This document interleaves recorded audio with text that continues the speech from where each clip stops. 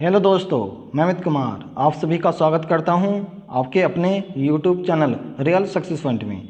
दोस्तों, आज की वीडियो में हम देखेंगे भारतीय संविधान से संबंधित अति महत्वपूर्ण प्रश्न जो आपके आने वाले एग्जाम यूपीएसआई के लिए महत्वपूर्ण होंगे। इस वीडियो को एंड तक जरूर देखना। चलिए वीडियो शुरू करते हैं। पहला प्रश्न, 74वें संविधान संशोधन अधिनियम 1993 के द्वारा संविधान में कौन सी अनुसूची जोड़ी गई थी? आपको बताना है कि कौन सी अनुसूची जोड़ी गई थी। इसका सही उत्तर होगा फ्रेंड ऑप्शन 4 यानी कि 12वीं अनुसूची जोड़ी गई थी। 74वें संविधान संशोधन अधिनियम 1993 के द्वारा संविधान में 12वीं अनुसूची जोड़ी गई थी। और मैं आपको बता दूं, इसके साथ साथ यानी कि 12वीं अनुसूची के साथ साथ 1993 में भाग 9 यानी कि भाग 9 कै जोड़ा गया था। ये आपको याद रखना है। चलिए नेक्स्ट क्वेश्चन देखते हैं। खालिस्तान का गठन उस क्षेत्र के लिए होगा जो ग्रामीण क्षेत्र से नगरीय क्षेत्र में परिवर्तित हो रहा है। इसका सही उत्तर होगा फ्रेंड ऑप्शन 3 यानी कि ग्राम पंचायत। ग्राम पंचायत का गठन उस क्षेत्र के लिए होगा जो ग्रामीण क्षेत्र से नगरीय क्षेत्र में परिवर्तित हो रहा है। ये आपको याद रखना है। चलिए नेक्स्ट क्वेश्चन देखते हैं।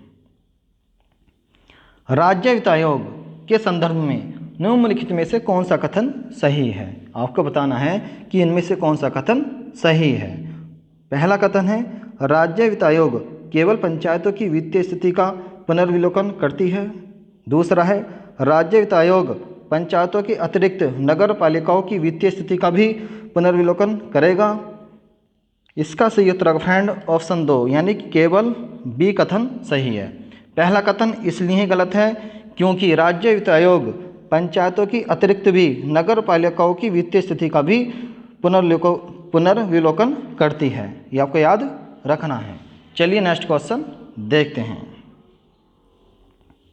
खालिस्तान संविधान संशोधन अधिनियम के तहत सहकारी समितियों को संवैधानिक दर्जा प्रदान किया गया। आपको बताना है कि ऐसा कौन सा संविधान संशोधन है जिसके तहत सहकारी समितियों को संवैधानिक दर्जा प्रदान किया गया। इसका सही उत्तर होगा फ्रेंड ऑप्शन 1 यानी कि 97वें संविधान संशोधन अधिनियम के तहत सहकारी समितियों को संवैधानिक दर्जा प्रदान किया गया। और मैं आपको बता दूं ये कब किया गया। ये सन 2011 को समितियों का संवैधानिक दर्जा प्रदान किया गया। ये आपको याद रखना है। चलिए नेक्स्ट क्वेश्चन देखते हैं। निम्नलिखित में से कौन सा एक क्षेत्र पंचायत समिति के आय का स्रोत है? आपको बताना है कि इनमें से कौन सा एक ऐसा क्षेत्र है जो पंचायत समिति के आय का स्रोत है। इसका सही उत्तर होगा फ्रेंड ऑप्शन 4 यानी उपयुक्त सभी। स्थानीय कर भी और राज्य सरकार से प्राप्त अनुदान भी और मंडियों से प्राप्त फीस भी क्षेत्र पंचायत समिति के आय का स्रोत हैं। ये आपको याद रखना है। चलिए नेक्स्ट क्वेश्चन देखते हैं। संविधान के 73वें और 74वें संशोधन इनमें से किनके सृजन के लिए उत्तरदायी हैं? पहला है राज्य निर्वाचन आयोग, ये सही है। जिला नियोजन समिति, ये भी सही है। राज्य वित्त आयोग, ये भी सही है। राज्य संपत्ति कर मूल्य निर्धारण बोर्ड, ये गलत है। ये तीनों को तीनों 73वें संविधान या 74वें संविधान संशोधन सृजन के लिए उत्तरदायी हैं। ये आपको याद रखना है। ये तीनों के तीनों। इसका सही उत्तर होगा फ्रेंड ऑप्शन बी यानी 1, 2, 3। चलिए नेक्स्ट क्वेश्चन देखते हैं। यदि पंचायत विघटित होती है तो किस माह के अंदर चुनाव होगा? आपको बताना है कि यदि पंचायत विघटित होती है तो किस माह के अंदर चुनाव होगा। इसका सही उत्तर होगा फ्रेंड ऑप्शन 3 यानी कि 6 माह। यदि पंचायत विघटित होती है यानी कि भंग होती है तो 6 माह के अंदर चुनाव होगा। ये आपको याद रखना है। चलिए नेक्स्ट क्वेश्चन देखते हैं। पंचायत के चुनाव कराने हेतु निर्णय किसके द्वारा लिया जाता है? आपको बताना है कि किसके द्वारा निर्णय लिया जाता है। इसका सही उत्तर होगा फ्रेंड ऑप्शन 2 राज्य सरकार द्वारा पंचायत के चुनाव कराने हेतु निर्णय लिया जाता है। ये आपको याद रखना है। चलिए नेक्स्ट क्वेश्चन देखते हैं। पंचायती राज का मुख्य उद्देश्य क्या है? आपको बताना है कि पंचायती राज का मुख्य उद्देश्य क्या है। इसका सही उत्तर होगा फ्रेंड ऑप्शन 4, यानी कि लोगों को विकासमूलक प्रशासन में भागीदारी के योग्य बनाना पंचायती राज का मुख्य उद्देश्य है। ये आपको याद रखना है। चलिए नेक्स्ट क्वेश्चन देखते हैं। भारतीय संविधान की कौन सी अनुसूची में संघ और राज्यों के बीच अधिकारों एवं कार्यों के आवंटन से संबंधित सूची दी गई है?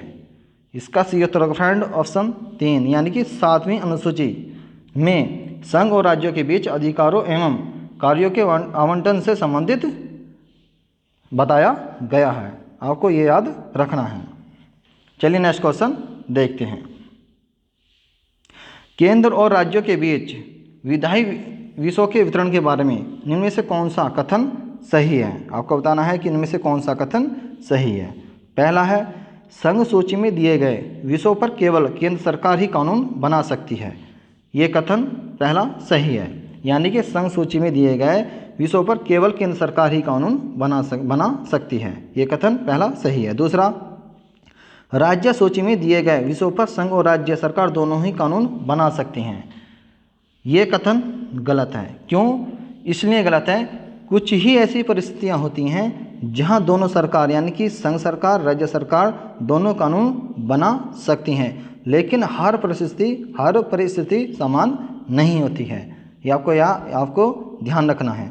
मुझे उम्मीद है ये बात आपको समझ में आ गई कि कुछ परिस्थितियाँ ऐसी होती हैं जिन पर राज्य सरकार और संघ सरकार कानून बना सकती हैं। ठीक है, चलिए नेक्स्ट क्वेश्चन देखते हैं।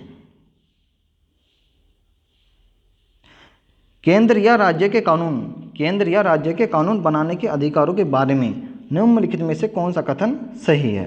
आपको बताना है कि इनमें से कौन सा कथन सही है। पहला, संघ और राज्य सरकारें दोनों समवर्ती सूची के विषय पर कानून बना सकती हैं। आपको बताना है कि संघ और राज्य सरकारें दोनों समवर्ती सूची के विषय पर कानून बना सकती हैं। पहला कथन सही है, बिल्कुल दोनों बना सकती हैं। यदि समवर्ती सूची के विषय पर संघ का कानून और राज्य के कानून के बीच कोई मतभेद होता है तो संघ का कानून मान्य होगा। भाई ये भी बात सही है, यानी दोनों के बीच अगर फाइट होती है तो इसका मतलब यह है यानी कि मतभेद होता है तो संघ का ही कानून मान्य होगा। ये आपको याद रखना है समवर्ती सूची के विषय पर। ठीक है, इसका सही आंसर हो जाएगा ऑप्शन 3, यानी कि केवल ए और बी। चलिए नेक्स्ट क्वेश्चन देखते हैं। किसी राज्य को कानून बनाने की शक्तियों के संबंध में निम्नलिखित में से कौन सा कथन सही है? पहला है, जब राज्य सूची में सूचीबद्ध किसी मामले पर संसद को कानून बनाने के लिए समर्थ बनाने हेतु 2 या अधिक राज्य अपने संबंधित विधानमंडलों में अपनी सहमति देते हैं और उसी के लिए प्रस्ताव को पारित कराते हैं। ये कथन सही है। दूसरा है, ऐसा कोई कानून उन्हीं राज्यों पर लागू होता है जिन्होंने ऐसे प्रस्ताव को पारित किया है, न कि सभी राज्यों पर। यह आपको याद रखना है कि ऐसा कानून उन्हीं राज्यों पर लागू होता है जिन्होंने ऐसे प्रस्ताव को पारित किया है, न कि सभी राज्यों पर। ठीक है, इसका सही उत्तर हो जाएगा फ्रेंड ऑप्शन 3, यानी कि ए और बी दोनों कथन सही हैं। चलिए नेक्स्ट क्वेश्चन देखते हैं। निम्नलिखित में से कौन सा एक कथन सही है? आपको बताना है कि इनमें से कौन सा कथन सही है।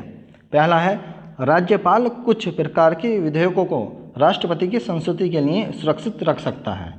राष्ट्रपति को उन पर विशेष वीटो की शक्ति प्राप्त है। ये भी कथन सही है। दूसरा है, राज्य सूची में संबंधित कुछ मामलों पर विधेयक सिर्फ राष्ट्रपति की पूर्व सहमति पर लाया जा सकता है। आपको याद रखना है कि राज्य सूची से संबंधित कुछ मामलों पर विधेयक सिर्फ राष्ट्रपति की पूर्व सहमति पर लाया जा सकता है। ये भी कथन सही है।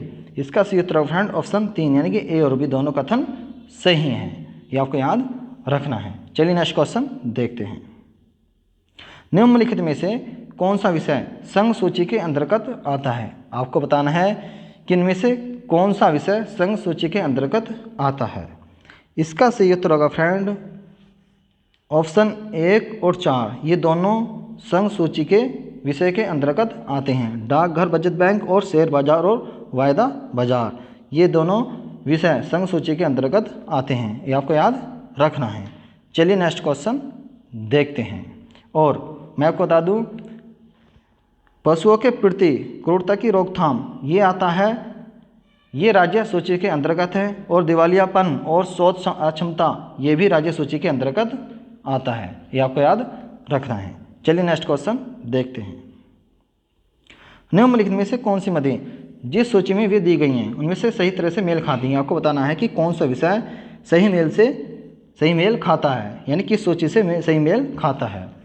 पहला रेलवे समवर्ती सूची से है, नहीं, ये संघ सूची से संबंधित है रेलवे, ये पहला गलत है। ये किससे है?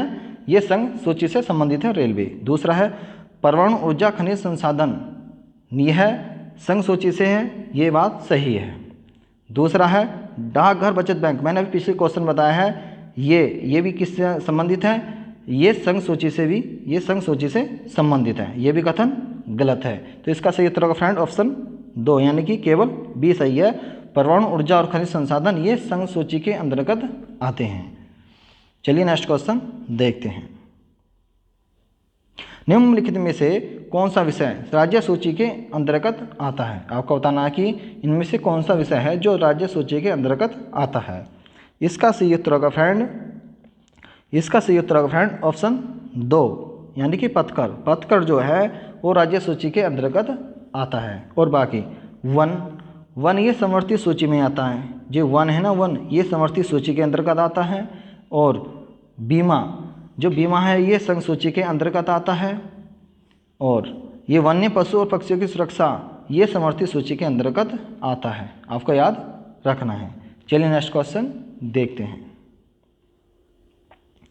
निम्नलिखित में से कौन सा एक विषय राज्य सूची से संबंधित है? आपको बताना है कि इनमें से ऐसा कौन सा विषय है जो राज्य सूची से संबंधित है।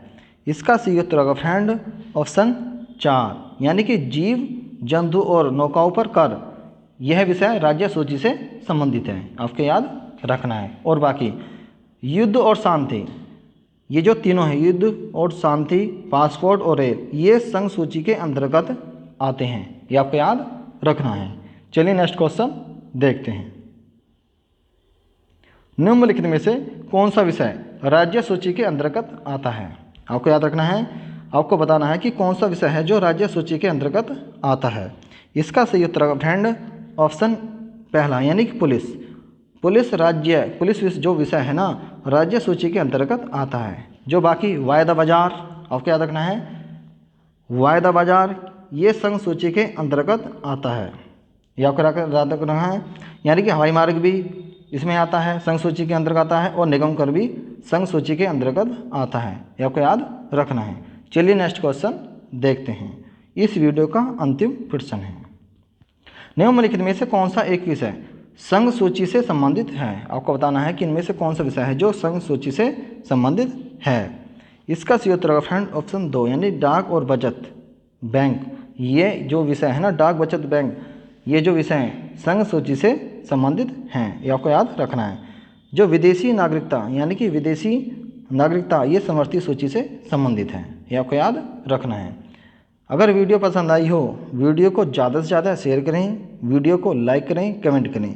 यदि आप हमारे चैनल पर नए हैं तो चैनल को सब्सक्राइब करना ना भूलें। धन्यवाद।